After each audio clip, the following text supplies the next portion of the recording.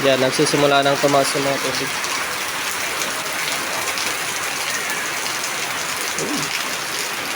Sumaro, naka-impelite pa. Sana papainit ang katawan, no? Buti na lang meron pang MP light, Sunmig light, tsaka Marlboro light up.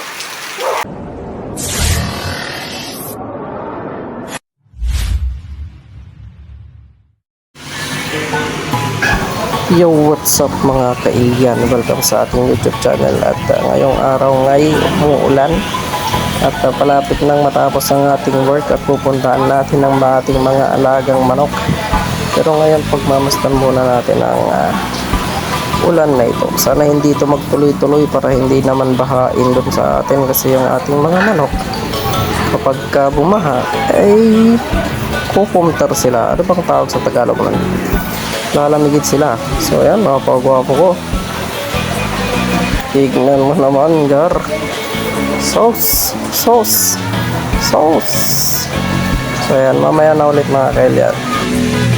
What's up mga kailyan? So nakauwi na tayo. Hindi ko lang alam kung maririnig nyo yung boses ko kasi napakalakas ng ulan. Ayan,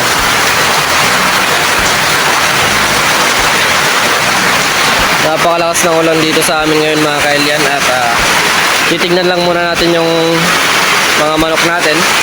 Bali, linalapit ko na yung boses, ay yung bibig ko dito sa mouthpiece ng cellphone kasi baka hindi nyo marinig. Yan. Dito kamustahin lang muna natin yung mga manok natin. So ito yung may mga anak. Buti na lang nakagawa na tayo ng mga kulungan, kasi kung hindi, kawawa naman tong mga manok natin dito sa labas. Ayan sila, oh. Tapos may dalawa pa tayong native chicken dito. Ayan. Yung dalawang native chicken na yan, hindi ko pa inuhuli kasi kawawa sila kapag tinabi natin doon sa mga marami. Baka mabubugbog lang sila doon. Ayan, so tansyan nyo na, maraming mga labahin. At ito naman yung mga natin. Ouch! Yung mga native natin. Yun. Magkukumpo-kumpulan na lang sila lahat dyan. Bali mga magkakapatid lahat dyan. Kaya hindi sila naglalaban-laban.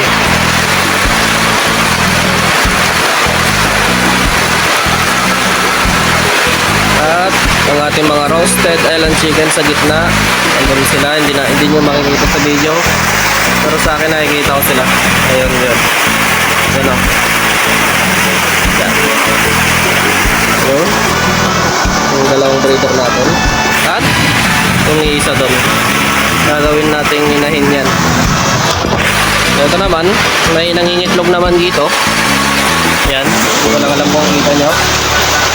Yan, hindi pa yan napipisa, pero naawa ako kasi nabasang-basa na, baka hindi yan mapipisa eh. Ayan.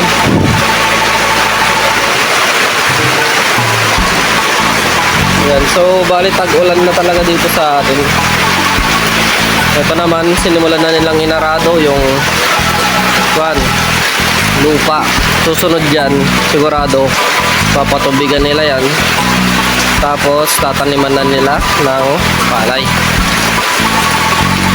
At hindi ko alam kung anong tawag sa inyo nung magsasamal. Sa amin kasi samal yung pangalan nun. Yung mag-aabono sila.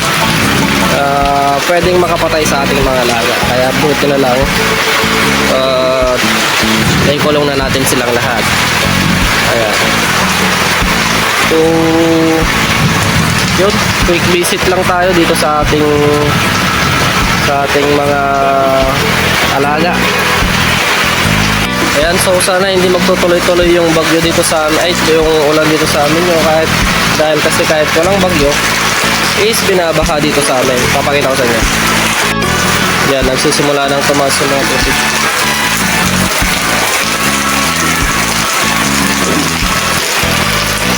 Naka-impelite pa. Sana papainit ang katawan, no? Buti na lang meron pang MP light, Sunmig light, tsaka Marlboro light up. Ha?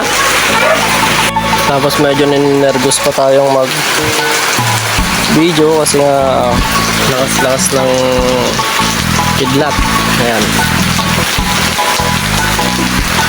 So quick visit lang sa ating mga alaga. Sana hindi magtuloy-tuloy yung ulan dito para hindi ganun, hindi tayo bahain. Pagka binahayan, save natin yung mga manok natin doon.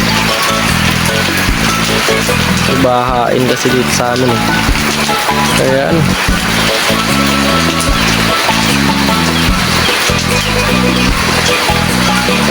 Uy.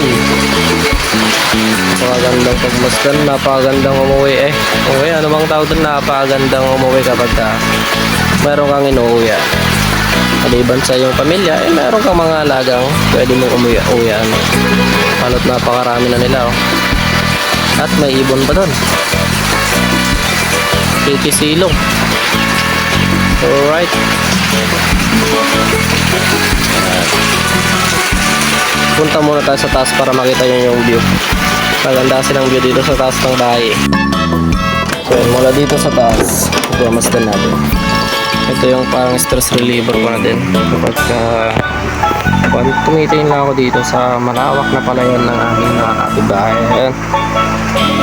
Malawak. Doon noon ako nagpapalipad ng ibon doon parte. Pero ngayon yung mga ibon natin is wala na. Binigay ko sa mga bata. Kasi sila nang nag-aasikaso ngayon. Hindi ko na talaga sila masikaso. Pero kapag nagkaroon ulit ako ng time o di kaya na-destino ako dito sa malapit lang dito sa amin, babalik pa rin ako sa pag-iibon dahil yun yung first love ko. Sabi ko na yun yung nagpapasaya sa akin mula nung bata. At sabihin na natin hanggang ngayon na matanda na ako. Ayan. So sabi nila kung ano yung nakapagpapasaya sa iyo, gawin mo.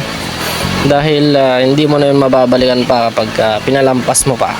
Kailan ka pa mag-aalaga kapag matandang-matanda na, hindi ka na makakatakbo at hindi ka na makakalayo.